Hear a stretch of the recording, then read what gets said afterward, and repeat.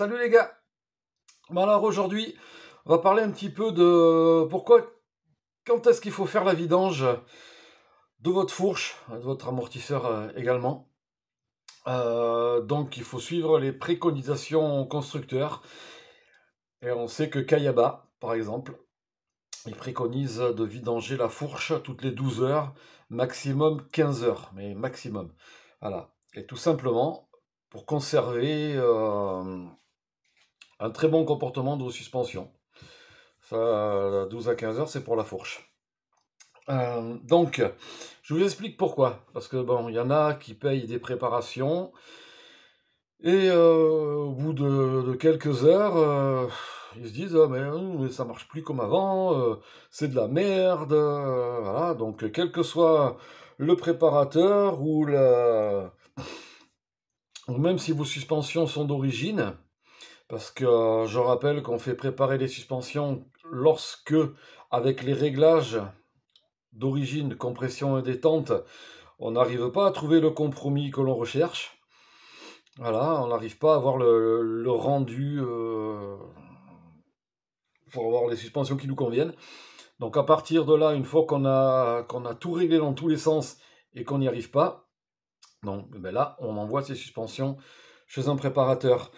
À savoir que, quand même, à l'origine, les suspensions sont faites pour essayer, entre guillemets, de convenir à énormément de monde, un large panel de clients, pas de pilotes, de clients, je vais bien dire, parce qu'il y en a qui achètent des motos. En fait, les usines, elles sont basées sur le marché américain, qui est un très très gros marché, plus gros que le marché européen. Et là-bas, il y en a qui achètent des motos pour aller se balader dans le désert, dans la forêt. Il y a des motos qui ne verront jamais un terrain de cross. Voilà. On va dire que, pour faire une métaphore, les cow-boys se déplaçaient à cheval à l'époque. Donc maintenant, les personnes qui ont acheté des ranchs, et ils ont des hectares, des milliers d'hectares de terrain. Et ils achètent, il y a une moto pour la femme, pour les enfants, pour le mari, enfin pour tout le monde. Et ces motos, généralement, elles ne sont pas entretenues. Ils font peut-être une vidange de temps en temps du moteur. Ouais, les suspensions, ouais, je pense que jamais elles verront une vidange.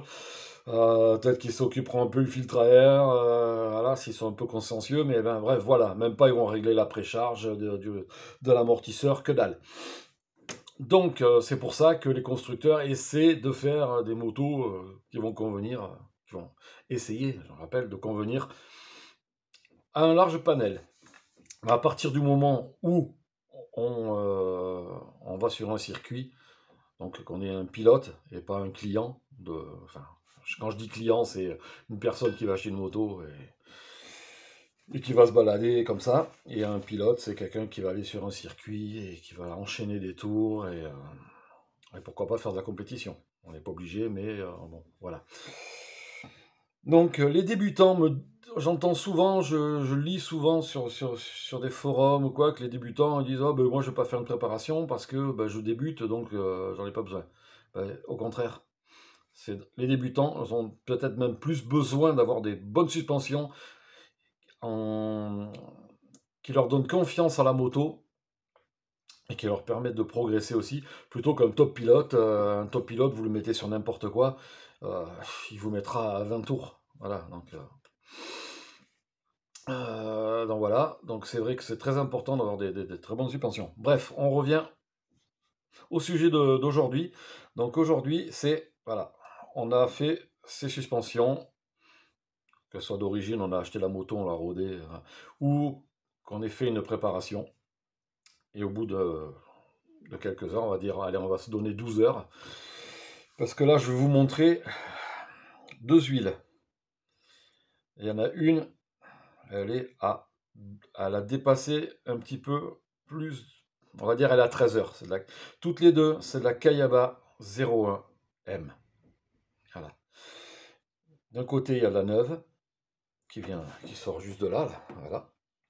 Et l'autre côté, qui sort d'une fourche et qui a à peu près On va dire elle est entre 12 et 15 heures. Voilà, à 15 heures, elle sera encore pire que ça. Donc voilà, quand vous dites ça marche plus, vidangez vos suspensions. Et enfin, surtout la fourche, puisqu'on a les bras dessus et c'est vrai qu'on morfle. Et quand on vidange, comme je le dis à chaque fois, on vidange pas que la partie où il y a les ressorts, ou la partie où il y a que de l'air. On vidange aussi à l'intérieur des cartouches, ou de la cartouche. Si on a une fourche, par exemple une WPAR, il y a une seule cartouche hydraulique, bon ben, on ouvre et on vidange aussi. Donc voilà, on va pas faire une vidéo trop longue, hein. La dernière fois c'était 1 heure, donc ça fait pas beaucoup. Alors ici, je vous montre. Je commence par laquelle? La vieille ou la neuve? Allez, on rigole? Allez, je commence par la vieille. Je suis gentil. Voilà. Huile de fourche qui a, on va dire, aux alentours de 13 heures environ, hein, d'après ce que je sais. Voilà. Regardez-moi cette beauté. Avec la lumière, comme ça, elle aurait une petite tendance à avoir une couleur verte. Je vous rassure, c'est pas de la menthe. Voilà. Et à côté, la Kayaba toute neuve. Alors, vous voyez la différence. Il n'y a pas photo. Ok? Là, on peut pas tricher. C'est le même flacon, il n'y a pas de triche. Voilà. Donc, Akayaba 01 neuve. Fluidité, elle est très très fluide. Et puis vous voyez, elle est quasiment transparente. Et celle-là, bon ben, elle va commencer à s'épaissir quand même. Et puis bon, ben, elle est en phase de décomposition. Voilà. À la vôtre. À bientôt. Bye bye.